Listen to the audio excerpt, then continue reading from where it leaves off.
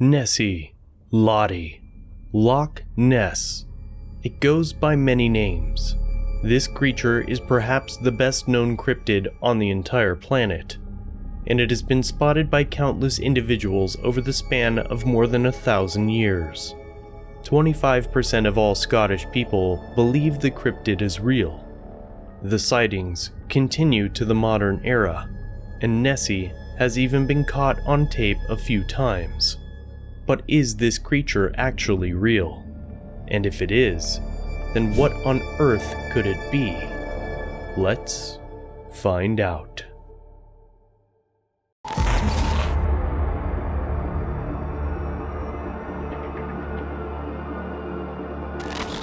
With 51 million people entering another Surveillance camera capturing the unidentified flying lockdowns and mass testing. Today, that the world is going to end.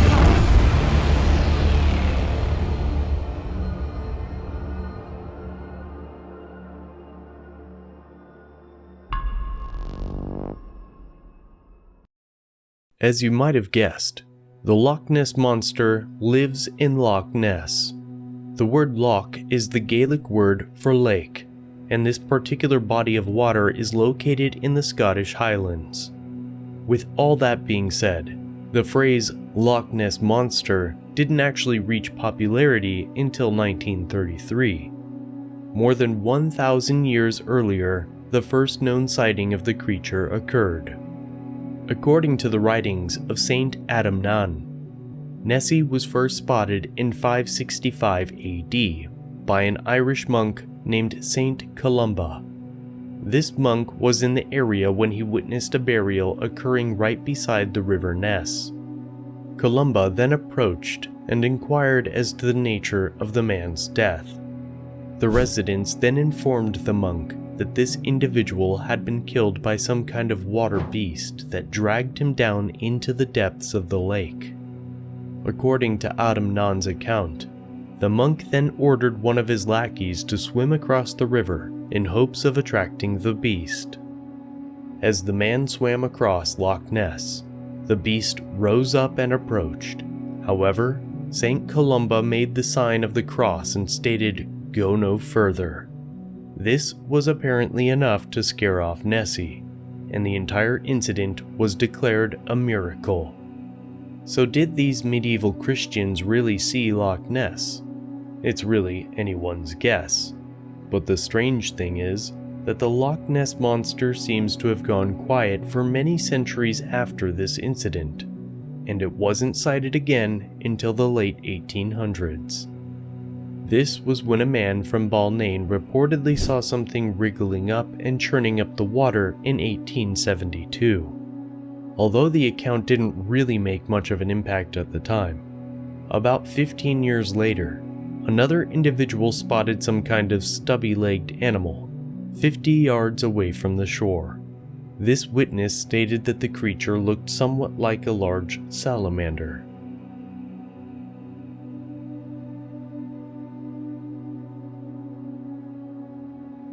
While these early accounts definitely suggest that the Loch Ness Monster had been around for quite some time, it wasn't until 1933 that this legend really started to gain popularity.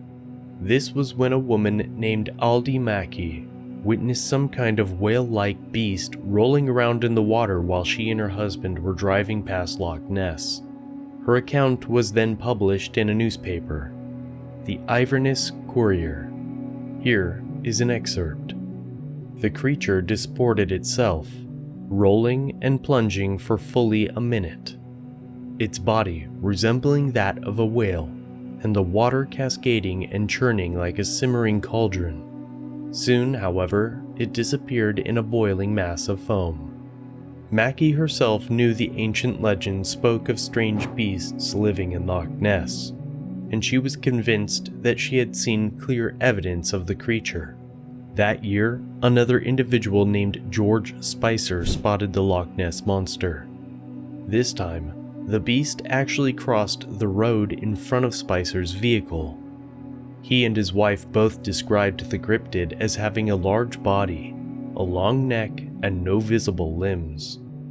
Having no legs, The creature apparently lurched its way across the road, smashing through branches and trees as it reached the other side. Spicer also claimed that it was carrying a smaller animal in its mouth. This was the sighting that really kicked off the modern obsession with Nessie, and from this point onward, the strange cryptid was forever known as the Loch Ness Monster. But the year wasn't over yet, and there was time for yet another sighting in 1933. On the 12th of November, a man named Hugh Gray was the first to photograph the creature. Like so many other images of the monster, the details are difficult to make out. It is incredibly blurry, leading many to claim that the creature in question is actually just an otter, a swan, or a dog.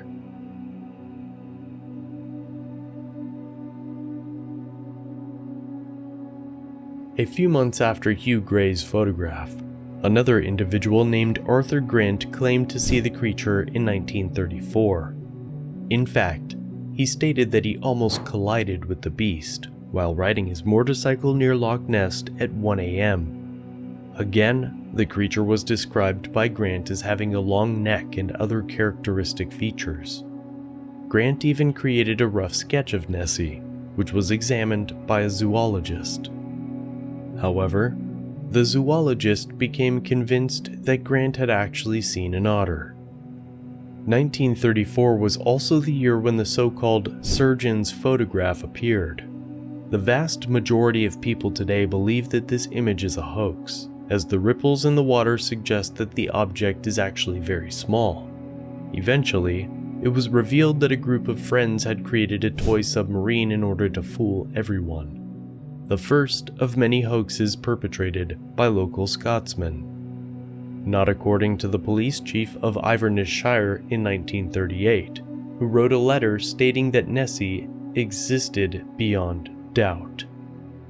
In 1954, the crew of a fishing boat took sonar readings in the lake and detected a large object that was following their vessel at a depth of about 500 feet. It was detected once more before contact was lost. Another puzzling photograph was taken in 1955 by Roy McNabb. And in 1960, a cryptozoologist named Tim Dinsdale set out to prove the existence of the Loch Ness Monster and managed to get something on tape. The central object in the film was eventually ruled out as a fishing boat, but a 1993 filmmaker re-examined the footage and noticed something everyone missed: the body of a creature underwater. We were soon to know, for through our telescopic lenses we saw the grey waters suddenly heave as the monster cut through them with lightning speed.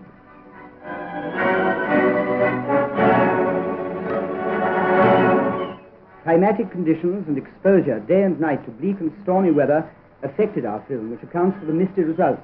But this is unimportant in comparison to the achievement of filming the monster itself for the first time in history. After another questionable photograph in 1977, there were few notable sightings for the next 30 years.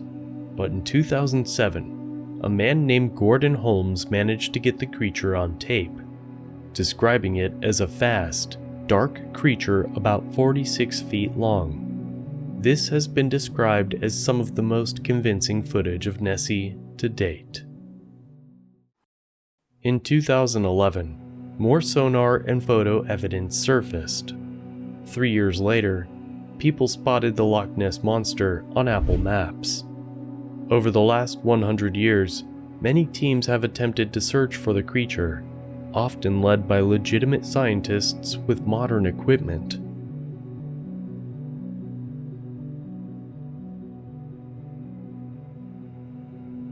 So what on earth is this creature?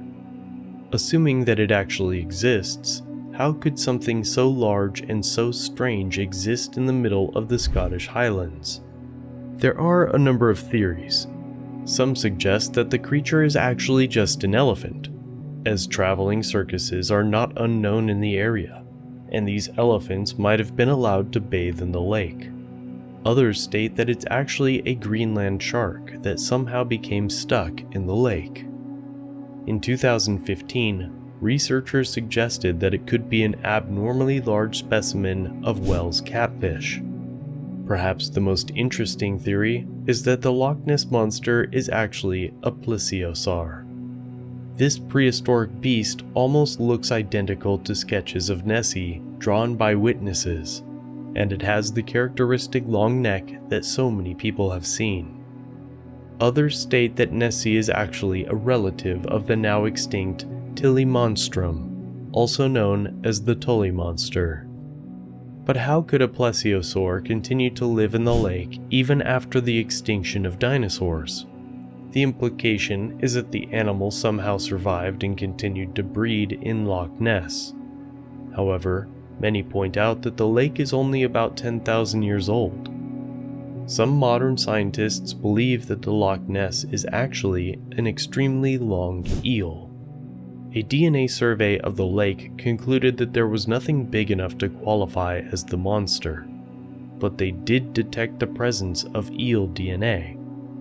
They then came to the conclusion that these eels could theoretically reach gigantic sizes, explaining many of the sightings, especially those that describe a series of humps protruding from the water.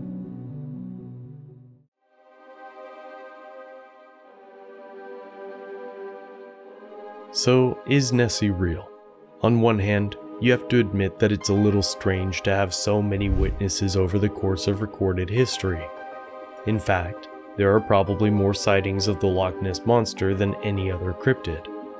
On the other hand, skeptics state that all of these people are just caught up in the craze of Nessie, and this is simply another example of the bandwagon effect. Whatever the case may be, Loch Ness is a giant body of water with a length of almost 25 miles and an average depth of 500 feet. If some kind of strange aquatic creature wanted to remain hidden, Loch Ness is an ideal location. In the end, the legend of Loch Ness Monster will probably never die. Perhaps one day, we will develop technology advanced enough to scan the entire lake, putting to rest this debate once and for all. Until then, we can only speculate about what's really down there.